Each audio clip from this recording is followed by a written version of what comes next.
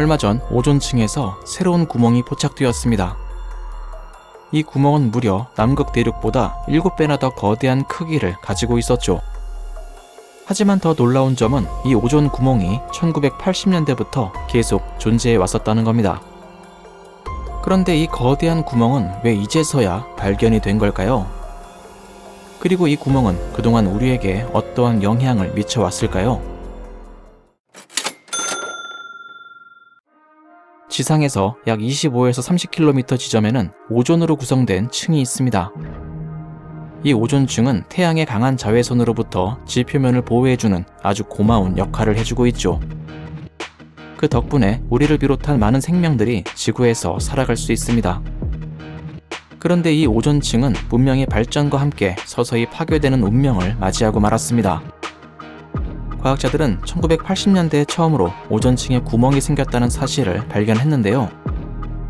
당시 오존층을 파괴하고 있었던 주된 원인은 바로 프레온 가스였습니다. 프레온 가스가 대기로 올라가 자외선을 만나 분해가 되면 염소 원자를 만들어냅니다. 그리고 염소 원자는 오존을 산소로 분해시켜 오존층에 치명적인 영향을 미치게 되죠. 당시 프레온 가스는 스프레이, 냉장고, 에어컨을 비롯해 다양한 분야에서 급격히 사용량이 증가되고 있었습니다. 다행히 몬트리올 의정서라는 국제 협약을 통해 이 프레온 가스의 사용은 전면 금지되었는데요. 이러한 노력 덕분에 기존에 발견되었던 오존층의 구멍은 서서히 회복되어 갔습니다. 그리고 이 상태라면 2050년경에는 오존층이 완전히 회복될 수 있을 거라는 희망도 생겼죠.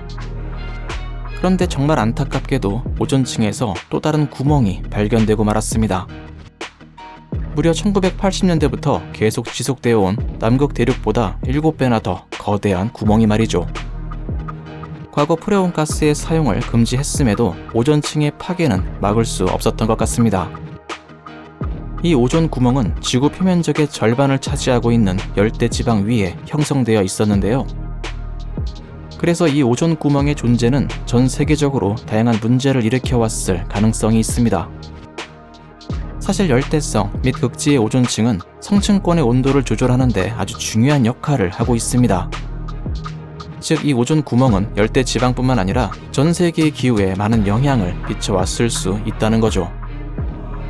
또한 이번에 발견된 오존 구멍은 계절에 따른 변화가 전혀 발견되지도 않았습니다. 기존에 발견된 오존 구멍은 계절적 주기를 가지고 있었으며 9월과 10월에 구멍이 가장 커졌습니다. 하지만 계절이 바뀌게 되면 새롭게 오존이 만들어지게 되어 구멍의 크기가 다시 작아지게 되었죠. 그런데 이번에 발견된 오존 구멍은 전혀 그렇지가 않았습니다. 이 열대 오존 구멍은 사계절 내내 지속되었으며 더 많은 자외선을 통과시키고 있었습니다. 또한 가장 심할 때는 정상 오존층의 수치보다 약 80%나 오존 수치가 떨어지고 있었습니다. 그런데 이렇게 거대한 오존 구멍이 왜 이제서야 발견이 된 걸까요? 어쩌면 이 오존 구멍을 발견하는 데까지 몇 가지 문제가 있었을 가능성이 있습니다. 첫 번째는 앞에서도 얘기했듯이 이 거대한 오존 구멍이 1년 내내 계속된다는 점입니다. 즉, 이 오존 구멍은 기존의 오존 구멍들과 패턴이 완전히 달라서 탐지하기가 어려웠을 거라는 겁니다. 두 번째는 오존 구멍을 정의하는 과거의 높은 기준 때문에 간과되었을 가능성이 있습니다. 과학자들은 오존 구멍의 오존 손실률을 25%로 낮추어 이 새로운 오존 구멍을 발견할 수 있었죠. 현재 과학자들은 특정한 화학물질 이외에도 오존층을 파괴하는 추가적인 요인이 있을 것으로 생각하고 있는데요. 예를 들면 우주 방사선도 오존층이 어떠한 안 좋은 영향을 미치고 있을 가능성이 있습니다. 오존층이 회복될 것으로 기대했던 과거의 예측은 결국 틀리고 마는 걸까요? 최근 들어 세계 곳곳에서 기상이변이 빈번하게 발생되고 있습니다. 열대 오존층을 비롯해서 지구 전체 오존층에 대한 추가적인 연구가 필요해 보입니다.